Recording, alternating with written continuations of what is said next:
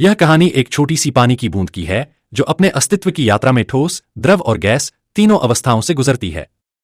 इस सफर में वह भौतिकी के नियमों को आत्मसात करते हुए हमें पदार्थ की अवस्था परिवर्तन, स्टेट चेंज की अद्भुत दुनिया से परिचित कराती है। हिमालय की ऊंचाई पर एक विशाल ग्लेशियर है। उसी के एक छोटे से कोने में जमी हुई है हमारी नन्ही बूंद। वह वर्षों से बर्फ के रूप में कैद है, लेकिन उसे उड़ने की चाह है, बादल बनने की आकांक्षा है। फिर एक दिन सूरज अपनी किरणों से ग्लेशियर को तपाने लगता है। तापमान धीरे धीरे बढ़ता है और बूंद की बर्फीली जंजीरें पिघलने लगती हैं। यह गलन बिंदु, मेल्टिंग पॉइंट का जादू है। शून्य सी पर बर्फ पिघलकर पानी में बदल जाती है। अब बूंद ठोस से द्रव अवस्था में प्रवेश कर चुकी है। अब बूंद स्वतंत्र है। वह एक छोटी धारा के साथ बहने लगती है, झरनों से गिरती है, नदियों के संग चलती है। कभी वह तालाब में ठहरती है, कभी कोई प्यासा उसे पी जाता है। लेकिन उसकी यात्रा यहीं रुकने वाली नहीं। गर्मियों के दिन आते हैं। सूरज की तपिश से तालाब का पानी गर्म होने लगता है। जैसे जैसे तापमान 100 डिग्री सेल्सियस के पास पहुंचता है, बूंद हल्की होने लगती है, उसमें एक हलचल होती है।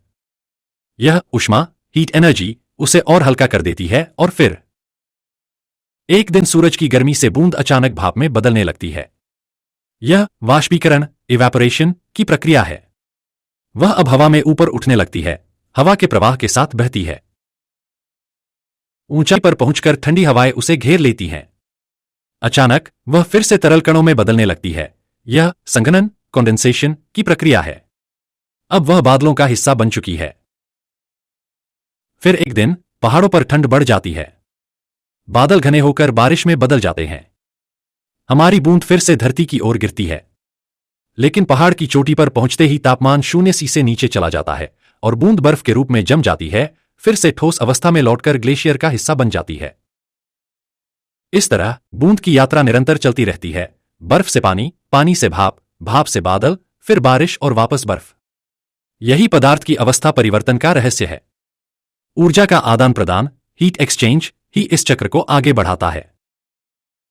अब जब भी आप किसी ग्लेशियर को पिघलते, किसी नदी को बहते या चाय की भाप को उड़ते देखें, तो याद रखें, हर बूंद की अपनी एक कहानी होती है। यह कहानी केवल पानी की बूंद की नहीं है, बल्कि पूरे ब्रह्मांड में व्याप्त एक मौलिक सिद्धांत की व्याख्या है, अवस्था परिवर्तन, फेज ट्रांजिशन। यह न केवल जलचक्र का हिस्सा है, बल्कि इसका गहरा संबंध थर्मोडायनामिक्स, क्वांटम यांत्रिकी और ब्रह्मांड विज्ञान से भी है।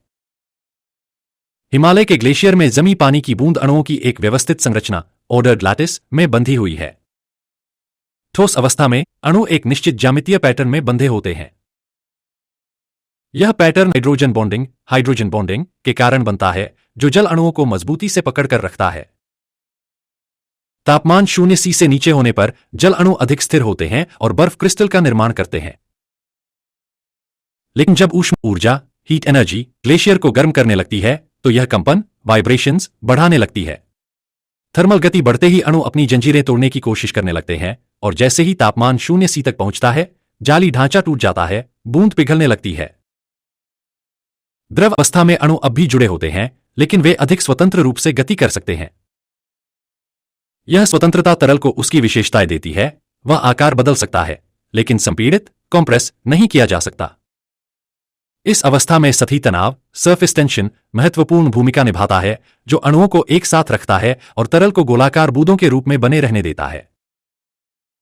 जैसे तापमान बढ़ता है, अणुओं को और अधिक ऊर्जा मिलती है, जिससे वे तेजी से गति करने लगते हैं।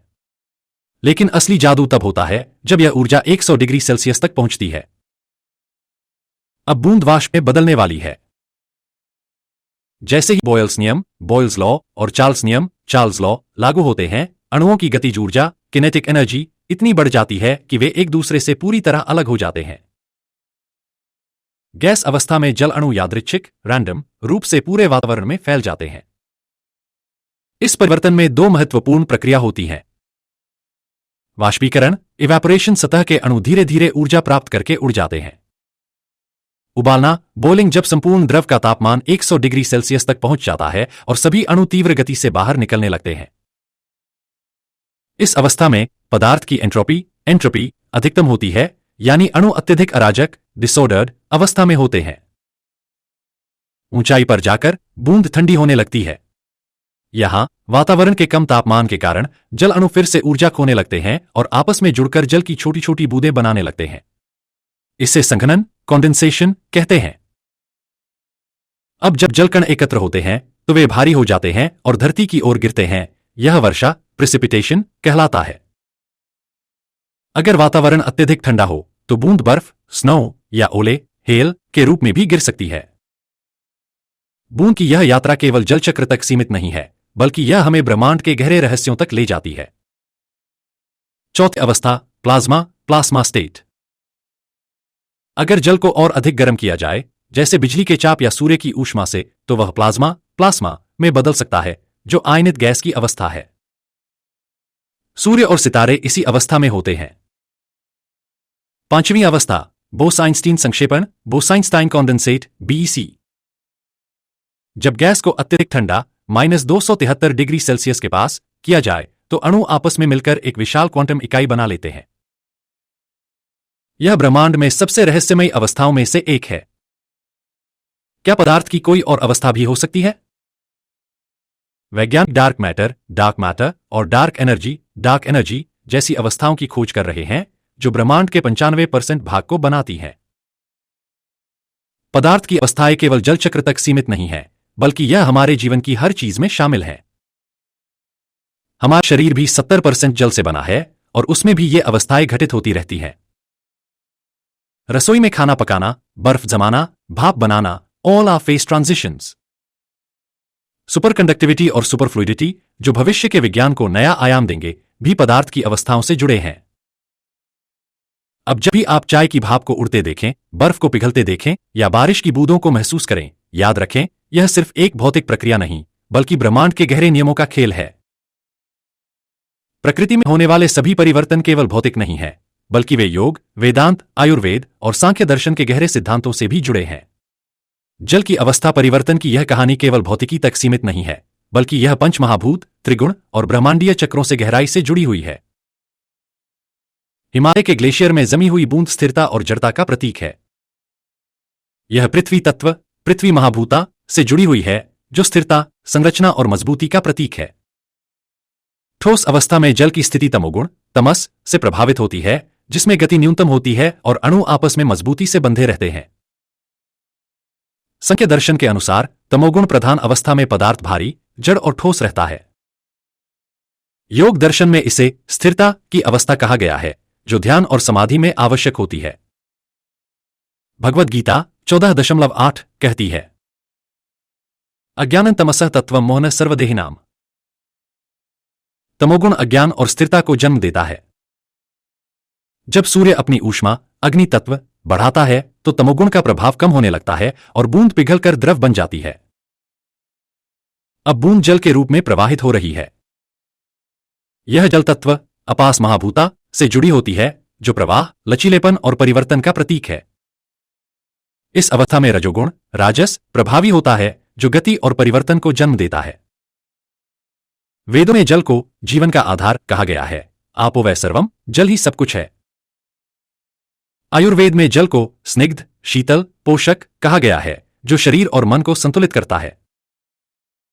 ऋग्वेद 10 सितंबर 2003 कहता है, आपः पुनन्तु पृथिवी, आपः पुनन्तु मम आत्मानम। जल भी को और मेरे आत्मा को शुद्ध करे। जैसे ही ऊष्मा बढ़ती है, जल बूंद अधिक गतिशील हो जाती है और भाप बनने के लिए तैयार हो जाती है। अब बूंद उड़ने के लिए तैयार है। यह वायु तत्व, वायु महाभूता से जुड़ी होती है, जो गति, प्रसार और मुक्तता का प्रतीक है। इस अवस्था में सत्वगुण, सत्वा प्रभावी होता है, जो शुद्धता, हल्कापन और ऊर्ध्वगमन, ऊपर उठना को जन्म देता है। उपनिषदों में कहा गया है कि आत्मा, जीव भी जल की बूंद की तरह बंधन, ठोस अवस्था से मुक्ति पाकर ऊपर उठता है।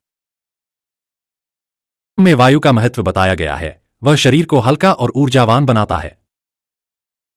भगवद गीता 2.23 कहती है, नैनं छिन्दन्ति शस्त्राणि नैनं दहति पावकः। आत्मा को जलाया या नष्ट नहीं किया जा सकता, जैसे जल की भाप फैलती है लेकिन नष्ट नहीं होती। इस अवस्था में ऊर्ध्वगति, ऊपर उठना का सिद्धांत कार्य करता है, जैसे ध्यान में मन ऊपर उठता है। जब वायु ठंडी होती है तो जल की बूंद फिर से संघनित होकर बादल बनाती है और पुनः धरती पर गिरती है। यह आकाश तत्व, आकाश महाभूता से जुड़ी होती है, जो सभी तत्वों का आधार है। यहां पुनर्जन्म, रीबर्थ का सिद्धांत लागू होता है। गीता 8.6 कहती है, यन्यम वापी स्मरण भावम त्यजत्यन्ते कलेवरम। जिस अवस्था में मृत्यु होती है उसी के अनुसार अगला जन्म होता है। यह पुनर्जन्म की तरह है, बूंद वाष्प बनती है लेकिन फिर से वर्षा के रूप में लौटती है। आखिरकार बूंद फिर से बर्फ बनकर जम जाती है और यह संसार चक्र, संसारा का प्रतीक बन जाता है। पंचमहाभूत और अवस्थाएं। पृथ्वी, अर्थ, ठोस, स्थिरता, जड़ता। जल, वाटर, द्रव, प्रवाह, संतुलन। अग्नि, फायर, ऊष्मा, परिवर्तन, जागरण। वायु, एयर, गैस, ऊर्ध्वगति, स्वतंत्रता। आकाश, स्पेस, शून्यता, अनंत, पुनर्जन्म। त्रिगुण और अवस्थाएं। तमोगुण, जड़ता, ठोस अवस्था, स्थिरता, जड़ता। रजोगुण, गति, द्रव अवस्था, गति, परिवर्तन। सत्गुण, शुद्धता, गैस अवस्था, शुद्धता, मुक्तता। योग और अवस्था परिवर्तन। हठयोग, ठोस अवस्था से द्रव अवस्था, शरीर को लचीला बनाना। राजयोग, द्रव से गैस अवस्था, मन को शुद्ध करना। ज्ञानयोग, गैस से आकाश अवस्था, आत्मा को मुक्त करना। पुनर्जन्म और ब्रह्मांड चक्र। जैसे जल बार बार अवस्था बदलता है, वैसे ही आत्मा जन्म मरण के चक्र से गुजरती है। जब आत्मा ज्ञान, सत प्राप्त कर लेती है तो वह निर्वाण, मोक्षा को प्राप्त कर लेती है, जैसे भाप बनकर आकाश में विलीन हो जाना। इसलिए जब भी आप जल को पिघलते, बहते, उड़ते या गिरते देखें, समझें कि यह सिर्फ भौतिक परिवर्तन नहीं, बल्कि ब्रह्मांड का दिव्य नृत्य, कॉस्मिक डांस है। यह कहानी जल की एक साधारण बूंद की नहीं, बल्कि संपूर्ण अस्तित्व, चेतना और ब्रह्मांडीय खेल की है। जल का ठोस से द्रव, फिर वाष्प में बदलना केवल भौतिक प्रक्रिया नहीं, बल्कि अध्यात्म, ब्रह्मांड विज्ञान और चेतना के विभिन्न स्तरों का प्रतीक है। यह यात्रा शून्य से अनंत की यात्रा है, जो संपूर्ण सृष्टि के विकास और आत्मा के उन्नयन को दर्शाती है। हिमालय में जमी हुई बूंद अज्ञान, इग्नोरेंस, स्थिरता, स्टेबिलिटी और प्रारंभिक चेतना, प्रिमिटिव कॉन्शियसनेस का प्रतीक है। यह मूलाधार चक्र, रूट चक्र से जुड़ी होती है, जो अस्तित्व के सबसे स्थूल, ग्रोस रूप को दर्शाता है। यह शरीर और पदार्थ की जड़ अवस्था है, जहां गति न्यूनतम होती है और आत्मा स्थूल पदार्थ में बंधी होती है। यह तमोगुण, तमस का प्रतीक है, जहां चेतना अभी निष्क्रिय, डोरमेंट है। जैसे हिमालय में बर्फ स्थिर होती है, वैसे ही मूढ़ता और अज्ञान, अविद्या में जीव फंसा रहता है। इस अवस्था में व्यक्ति केवल भौतिक संसार, मटीरियल वर्ल्ड को ही सत्य मानता है और चेतना जागृत नहीं होती। योग में इसे स्थूल शरीर, ग्रोस बॉडी की अवस्था कहा जाता है। जब तापमान बढ़ता है तो स्थिरता टूटती है, यह आत्मा का पहला जागरण है। बूंद अब पिघलकर बहने लगी, यह परिवर्तन, गति और रचनात्मकता का प्रतीक है। यह स्वाधिष्ठान चक्र, सक्रल चक्र से जुड़ी होती है, जो भावनाओं, इच्छाओं और जीवन के प्रवाह का केंद्र है। यहां आत्मा स्थूलता से बाहर आकर संवेदनशीलता और परिवर्तनशीलता को अपनाने लगती है। यह रजोगुण, राजस का प्रतीक है, जहां गति और क्रियाशीलता बढ़ती है। जैसे जल बहता है, वैसे ही मनुष्य इस संसार में आशा, भय, प्रेम और पीड़ा के प्रवाह में बहता रहता है। यह अवस्था माया, इल्यूजन का खेल है, जहां व्यक्ति सांसारिक भोगों और इच्छाओं में लिप्त रहता है। योग में इसे सूक्ष्म शरीर, सटल बॉडी की अवस्था कहा गया है। जब और अधिक ऊर्जा मिलती है तो जल और गतिशील हो जाता है, यह आत्मा की उन्नति का संकेत है। अब बूंद भाप बनकर उड़ने लगी, यह मुक्ति, चेतना के विस्तार और आत्मा की उन्नति का प्रतीक है। यह आज्ञा चक्र, थर्ड आई चक्र से जुड़ी होती है, जहां आत्मा सीमाओं से परे जाने लगती है। यह सत्वगुण, सत्वा का प्रतीक है, जहां आत्मा संसार के बंधनों से मुक्त होने लगती है। अब चेतना सीमाओं को तोड़कर ऊंचाई की ओर बढ़ रही है। यह ध्यान, योग और आध्यात्मिक ज्ञान की अवस्था है। जैसे भाप ऊपर उठती है, वैसे ही आत्मा भी सांसारिक मोह से ऊपर उठकर दिव्यता की ओर बढ़ती है। यह ज्ञानी व्यक्ति की अवस्था है, जहां आत्मा को अहंकार और माया का बंधन छोड़ना होता है। योग में इसे कारण शरीर, कॉजल बॉडी की अवस्था कहा गया है। अब आत्मा और ऊपर उठकर परम सत्य, अल्टीमेट ट्रूथ से मिलने के लिए तैयार हो जाती है। जब वाष्प ठंडी होती है तो वह संघनित होकर फिर से जल की बूंद बन जाती है। यह पुनर्जन्म, रीबर्थ और कर्म चक्र, कर्मा साइकिल का प्रतीक है। यह सहस्रार चक्र, क्राउन चक्र से जुड़ी होती है, जहां आत्मा ब्रह्मांडीय चक्र के रहस्य को समझती है। अब चेतना अपने अतीत के कर्मों, पास्ट एक्शंस के अनुसार वापस धरती पर आती है। यह संसार चक्र, संसारा है, जहां आत्मा अपने कर्मों के कारण बार बार जन्म लेती है। बूंद की तरह आत्मा भी भौतिक दुनिया में लौटती है जब तक कि वह पूर्ण ज्ञान, मोक्ष प्राप्त नहीं कर लेती। योग में इस परम सायुज्य अवस्था, अल्टीमेट लिबरेशन कहा गया है। जब आत्मा पूरी तरह से शुद्ध हो जाती है तो वह फिर से ब्रह्मा में विलीन हो जाती है, जैसे जल महासागर में। अब जब भी जल को देखो, उसमें अपनी चेतना की यात्रा को पहचानो। अब हमें वैज्ञानिक अनुसंधान, तकनीकी विकास और यौगिक प्रयोगों के माध्यम से इन विचारों को आगे बढ़ाना होगा। क्या हम जल की ऊर्जा को समझकर मानव चेतना को ऊंचाइयों तक पहुंचा सकते हैं? ठोस, द्रव और गैस के रूप में जल की अवस्थाएं मन और शरीर की अवस्थाओं से मेल खाती हैं। यदि शरीर का जल संतुलन और उसकी ऊर्जा अवस्था को नियंत्रित किया जाए तो मानसिक और शारीरिक रोगों का उपचार संभव है। जल के विभिन्न अवस्थाओं में कंपन और ध्वनि तरंगों का प्रभाव देखा जाए, जिससे योग और ध्यान को उन्नत किया जा सके। कुंडलिनी जागरण में जल की भूमिका, क्या विशेष कंपन फ्रीक्वेंसीज वाले जल से ऊर्जा केंद्र, चक्र खोले जा सकते हैं? जल मंत्र चिकित्सा, क्या विभिन्न मंत्रों से जल में संरचनात्मक परिवर्तन करके उपचार किया जा सकता है? शरीर की जल संरचना का संतुलन, क्या पंचमहाभूतों के सिद्धांत के अनुसार जल और ऊर्जा का उपयोग मनोवैज्ञानिक विकारों को ठीक कर सकता है? पानिक डॉक्टर मासरू इमोटो ने सिद्ध किया कि ध्वनि और विचार जल की संरचना को बदल सकते हैं। आयुर्वेद में जल का विशेष उपयोग विभिन्न दोषों, वात, पित्त, कफ को संतुलित करने में किया जाता है। जल कैसे ऊर्जा को रूपांतरित करता है, इसे योग के सिद्धांतों के साथ मिलाकर एक मशीन विकसित की जाए जो ऊर्जा प्रवाह को नियंत्रित करे। यह मज्जा केंद्रों को ठंडा या गर्म करने में मदद कर सकती है, जिससे ध्यान और चेतना में उन्नति हो।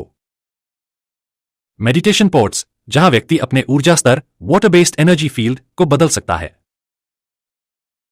ऊर्जा संतुलन तकनीक, जहां व्यक्ति का शरीर पंचमहाभूतों के संतुलन से नियंत्रित किया जाता है। जल हेलमेट, जो व्यक्ति के मस्तिष्क की गतिविधियों को जल की विभिन्न अवस्थाओं से जोड़कर ध्यान को गहरा बना सकता है। योग में ऊर्जा रूपांतरण की अवधारणा, ऊर्जा को नियंत्रित करके उच्च चेतना में बदला जा सकता है। जल का तापमान और चेतना का प्रभाव, उत्तरी भारत में गर्म पानी से ध्यान और ठंडे पानी से शारीरिक जागरूकता की पारंपरिक विधियां। जल अवस्थाएं तमस, ठोस, रजस, द्रव, सत्व, गैस से मेल खाती हैं। यदि इन अवस्थाओं को न्यूरोसाइंस और ब्रेनवेव्स के साथ जोड़ा जाए तो एक नया चिकित्सा मॉडल तैयार किया जा सकता है। सत्विक जल, ऐसा जल जिसमें सकारात्मक ऊर्जा संरक्षित की गई हो और जो उच्च चेतना को बढ़ावा दे। ब्रेनवेव्स को नियंत्रित करने के लिए जल का उपयोग सावधानीपूर्वक चुने गए तापमान और ध्वनि कंपन फ्रीक्वेंसीज से मस्तिष्क के विभिन्न भागों को सक्रिय किया जाए। न्यूरोहाइड्रोथेरेपी सेंटर, जहां पानी के माध्यम से मानसिक विकारों और कुंडलिनी असंतुलन को संतुलित किया जाए। संख्य दर्शन में त्रिगुण की भूमिका, मस्तिष्क की अवस्थाएं तमस, रजस और सत्व में बंटी होती हैं। जल अवस्था और मस्तिष्क पर प्रभाव, ठंडे पानी से तामसिकता कम होती है, गर्म पानी से रजसिकता बढ़ती है और भाप से सत्विकता बढ़ती है। पंचमहाभूतों के आधार पर एक आर्टिफिशियल इंटेलिजेंस सिस्टम तैयार किया जाए जो किसी व्यक्ति के शारीरिक, मानसिक और ऊर्जा स्तरों को समझकर उसे सही मार्गदर्शन दे सके। चेतना स्कैनर, जो किसी व्यक्ति की ऊर्जा स्थिति को देखकर बता सके कि उसका शरीर और मन किस अवस्था में है। योग एआई सहायक, जो पंचमहाभूतों के सिद्धांत के अनुसार किसी व्यक्ति को ध्यान, आहार और ऊर्जा संतुलन के सुझाव दे। मेडिकल एआई सिस्टम, जो पंचमहाभूतों के असंतुलन को देखकर उचित उपचार बता सके। आयुर्वेद और योग में पंचमहाभूतों के संतुलन का अत्यधिक महत्व।